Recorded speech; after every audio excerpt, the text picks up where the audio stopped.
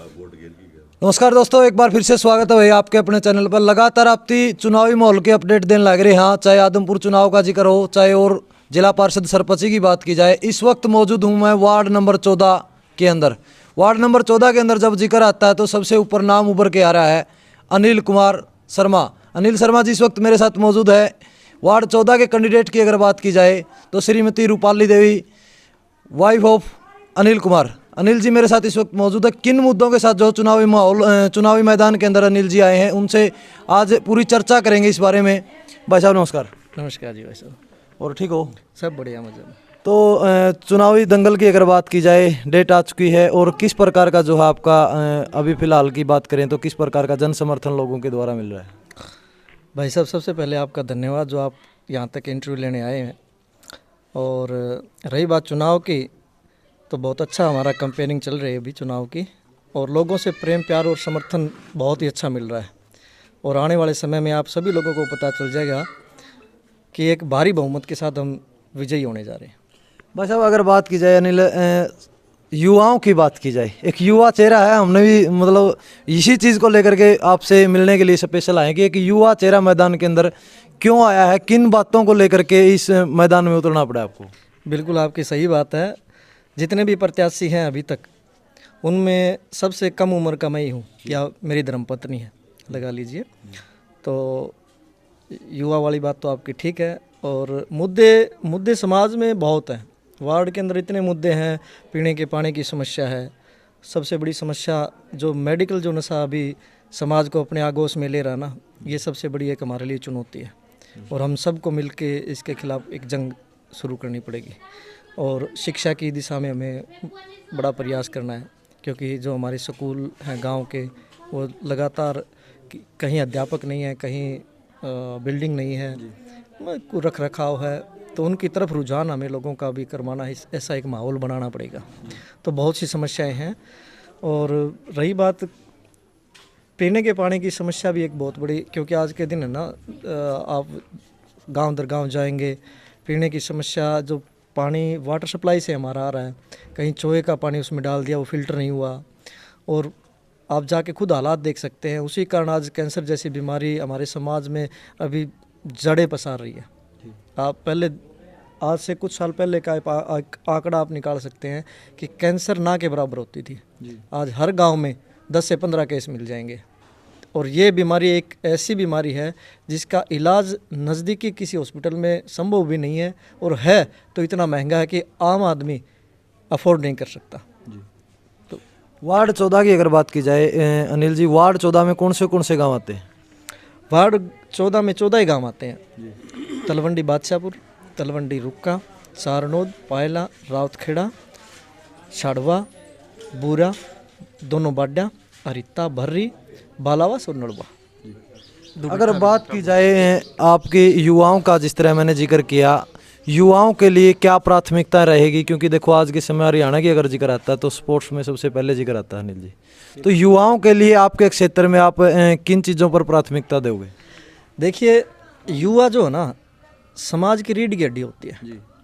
जिस समाज का, जिस देश का, जिस प्रदेश का युवा अगर ठीक दिशा में जा रहा है, तो ये समझ लिए कि भविष्य उस देश का वही तय करता है। तो स्वच्छ समाज का निर्माण तभी होगा जो युवा हमारे नशे से दूर होंगे, उनको रोजगार भी मिलेगा, और शारीरिक और मानसिक रूप से सुदृढ़ होगा, मजबूत होगा। और युवा तब मजबूत हो पाएगा जब हम उनको नशे से दूर हटा के खेलों की ओर, जो युवा एक फिजिकल फिट मान अगर हम कहें युवा को, तो वो अगर खेलों की तरफ जाएगा तो ही मजबूत हो पाएगा। तो हमारा प्रयास रहेगा कि युवा को ज़्यादा से ज़्यादा खेलों की ओर ले जाएं, पढ़ाई और खेल, और ज़्यादा से ज़्यादा जितने स्टेडियम निर्माण होगा, ग्राउंड का निर्माण होगा, तो ज़्यादा से ज़्यादा युवाओं को ना वहाँ खेलने का मौका मिलेगा। और ये एक दिशा परिवर्तन का काम हम करेंगे। अब देखिएगा, मेरे वार्ड नंबर 14 में ना 14 गांव आते हैं, लेकिन कुछ एक गांव में अभी जो युवा हैं या बच्चे हैं जो खेल रहे हैं, मैं बता देता हूँ। एक रावतखेड़ा गांव आता है, उसके अंदर एक युवाओं की अच्छी तादाद है जो हर रोज़ ग्राउंड पे जाते हैं, जो मेहनत करते हैं, किसी न किसी खेल में जाते हैं। और एक छाड़वा है। वैसे पुराने ज़माने में तो कबड्डी गांव दर गांव होती थी। मेरे गांव में भी कबड्डी का गेम होता था, और एक ये मानिए कि स्टेट लेवल के खिलाड़ी मेरे गांव में होते थे। ठीक है, राजकुमार फौजी इसी गांव से थे, तो उनका बड़ा नाम था, प्रभाव था। धर्मवीर बूरा जो एक्स सरपंच रहे हैं वो भी अच्छे खिलाड़ी रहे हैं। कृष्ण था एक हमारे परिवार से ही, तो सारे अच्छे खिलाड़ी रहे हैं। और आज हम देखें तो मेरे ख्याल से मेरे गांव में कोई कबड्डी खेलने वाला नहीं है। शाड़वा गांव है, उसमें वो युवा बधाई के पात्र हैं, और जो खिला रहे हैं वो भी सराहनीय है उनका, जो लोग कबड्डी की तरफ ध्यान दे रहे हैं। तो मेरे ख्याल से शाड़वा गांव है जहाँ कबड्डी के खेल आजकल जो होते हैं, और मेरे ख्याल से किसी गांव में मैंने नहीं देखा। तलवंडी बादशाहपुर में कुछ बच्चों ने भी शुरू किया ढाणियों में, एड के पास में, तो वो लोग बड़ी मेहनत कर रहे हैं। मेरी शुभकामनाएं उनको, और बार बार मैं कोशिश करूंगा कि किसी तरीके से मेरे से जो होगा सहयोग, मैं उनका किसी तरीके से भी कर पाऊँ तो मैं करूँ भीगा, और इसी दिशा में हमारे प्रयास रहेंगे। अगर बात करी जाओ, सबसे पहले जब हम किसी भी लेवल पर बात करते हैं तो एक बात बड़े बूढ़े कहा करे कि भाई सबसे पहले घर मजबूत होना जरूरी है जी। आपके गांव की क्या स्थिति है, और गांव में अगर बात करें जो आजकल सर्व समिति का बड़ा जो है नाम चला हुआ है, गांव की क्या पोजीशन है आपकी फिलहाल? देखिएगा, वोट तो होता है आत्मा का। जी, ठीक है, जिसकी आत्मा जहाँ होती है ना, वोट वहीं देता है, और इसके ऊपर जोर जबरदस्ती होनी भी नहीं चाहिए। बिल्कुल। ठीक है, मेरे गांव से लगभग हर आदमी से मेरा इतना प्रेम प्यार रहा है। ठीक है, किसी के साथ आज मेरी तू मैं जब से मैंने होश संभाला मेरे ख्याल से मेरी नहीं है। और मैं आपके माध्यम से भी सभी बुजुर्गों को और नौजवान साथियों और सभी गाँव वासियों को इस चीज़ के लिए धन्यवाद देता हूँ, जो आप लोग इतना मेरा सहयोग कर रहे हैं आगे बढ़कर, और बड़ा प्रेम प्यार मिल रहा है। अगर बात की जाए, आप राजनीति में शायद नए हो, क्योंकि युवा साथी हो, तो राजनीति में आपके सामने जो सामने वाले कैंडिडेट जो आने हैं वो राजनीति के धुरंधर आएंगे, कैसे मुकाबला कर पाओगे? देखिए, मैंने कभी विपक्ष के बारे में और दूसरे कैंडिडेट्स के बारे में सोचा ही नहीं है।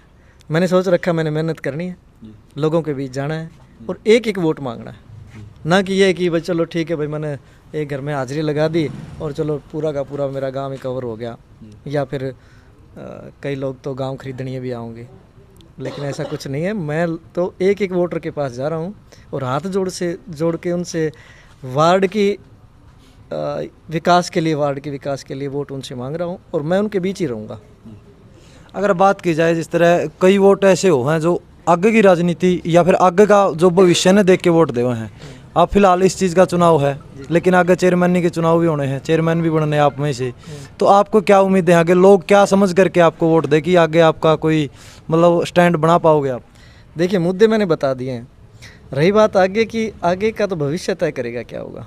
सबसे पहली बात है कि आप चुनाव में उतरो, चुनाव लड़ो, उसके बाद जीत आपको हासिल होती या नहीं, ये बातें तो बाद की हैं। ठीक है, जनता जनार्दन का जितना भी साथियों का प्यार प्रेम मिलेगा उसके अनुसार आगे की रणनीति तय होगी। युवाओं की बात होगी, बड़े बूढ़ा का कितना का आशीर्वाद है आसपास से, गांव से, सबसे? देखिए, बुजुर्गों का आशीर्वाद सबसे ज़्यादा मिल रहा है मुझे। ठीक है ना, जो लोग ये मान के चल चारपाई से उठ के नहीं चलते ना, उनका भी मेरे पास समाचार आता है कि बेटा नील एक बार आके मेरे से ज़रूर मिलिए। मैं देर सवेर टाइम निकाल के उनसे मिलता हूँ, और भरपूर सहयोग है, और आगे बढ़ के वो खुद उठ के चल रहे हैं मेरे लिए। ये मान के चलिए कि उनका प्रेम प्यार ही। अनिल जी, अगर बात करी जाए ग्रामीण क्षेत्र की, आज के दिन सबसे बड़ी समस्या जो है, सबसे बड़ा मुद्दा कहूँगा मैं, क्योंकि किसानों का मुद्दा चला, आपने देखा 1.5 साल तक बॉर्डर पर बैठे रहे।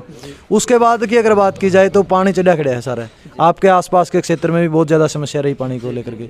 उसको लेकर के आपने क्या मतलब आने वाले भविष्य में क्या प्लान बनाया है कि किस प्रकार से इस मामले को सुलटा जा सकता है? देखिए, किसान इस देश की रीढ़ की हड्डी है, और अन्नदाता है ना, यही पूरे देश का और विश्व का पेट भरने का जो काम है किसान ही करता है। और किसानों के ऊपर राजनीति तो बहुत होती है, लेकिन शायद इनका भला किसी से हो पाया हो, और इसके ऊपर हमें बहुत बड़े स्केल पे काम करने की ज़रूरत है, और लोगों को जागरूक करने की ज़रूरत है। किसानी के साथ एक किसानों की आय में एक जो भागीदारी होती थी पशुपालन की, एक तो फसल और दूसरा पशुपालन, ये दो चीज़ों से किसानों की ये मान के चलिए किसान मजबूत होता था। और आज के दिन देखिएगा, पशुओं में इतनी बीमारियां आ चुकी हैं, भैंस है, गाय हैं, उनके अंदर इतनी बीमारियां हैं कि एक भैंस भी पुरुष पूर्णतः पूरा ब्यात नहीं निकाल पाती। किसी का ठंड चढ़ गया है, किसी का दूध के अंदर कोई समस्या आ गई। अभी आप देखे गांव के अंदर लंपी की बीमारी थी। तो हमें जोर देना है कि ज़्यादा से ज़्यादा पशु हॉस्पिटल बनाए जाएं। अगर अच्छा उनको उपचार मिलेगा तो दूध जो हरियाणा की पहचान है दूध और दही की, उसके अंदर भी बढ़ावा मिलेगा। और नकली जो दूध घी जो बनाने का काम चल रहा है अभी लोगों का, और मार्केट में बिकने के लिए तैयार है, लोगों को बीमार कर रहा है, तो उसके अंदर भी एक रोकथाम लगेगी। और ज़्यादा से ज़्यादा अगर ये हुआ कि आज मान के चलिए मेरे गांव के अंदर है ना, कपास की फसल ना के बराबर हुई है। छोटे किसान हैं, 2-2 एकड़ 3-3 एकड़ की जो खेती करते हैं, खर्चा लग चुका है, कहीं पानी का भराव आ चुका है या फिर कोई बीज ऐसा आया या भगवान जाने क्या हुआ, फसल ना के बराबर बाड़ी की फसल। तो उसके अंदर सबसे ज़्यादा हमें देखने का ये कि इसके अलावा क्या फसल हम बाड़ी के अलावा क्या कर सकते हैं, और जिन क्षेत्र में पानी का जल भराव है वो पानी किस तरीके से उनकी निकासी हो, उनकी एक व्यवस्था करनी है। तो कहीं ना कहीं किसानों के साथ मिलकर कंधे से कंधा मिलाकर प्रयास करने पड़ेंगे। प्रयास कब होंगे? जब भी किसान इकट्ठे होंगे और उनके साथ बैठ के राय मशवरा होगा कि इतने एकड़ में हमें पानी भरा हुआ है, उनको क्या कोई यंत्र चाहिए पानी निकासी के लिए, ये पानी कहाँ डालना है, तो उनके ऊपर बड़े स्केल पे काम करने की ज़रूरत है। सरकारें देखिए अलग अलग सरकारें आएंगी, अपना अपना काम करती भी हैं, लेकिन अभी तक धरातल पे काम करने की बहुत ज़्यादा ज़रूरत है। और साथ में जो पशुधन है ना, आज फसल नहीं हुई, अगर किसी ज़मींदार ने 2 भैंसें बेच दी तो ये मान के चलिए कि उसका कुछ ना कुछ हो जाता है, उसको पैसे की मदद मिल जाती है। तो पशुधन और कृषि दोनों एक दूसरे से मिले हुए हैं, और तभी जाके किसान की सफलता रंग लाएगी जब ये दोनों चीज़ें सही होंगी। तो उस दिशा में हमें ये एक तो हॉस्पिटल वाला, और दूसरा जो फसल हमें अम्बाड़े की जो फसल की बात कर रहे हैं अभी, नरमा की फसल जो ख़राब हुई है, इसके ऊपर देखो सरकार को तो सहायता करनी ही चाहिए, ठीक है, सभी तरीके से।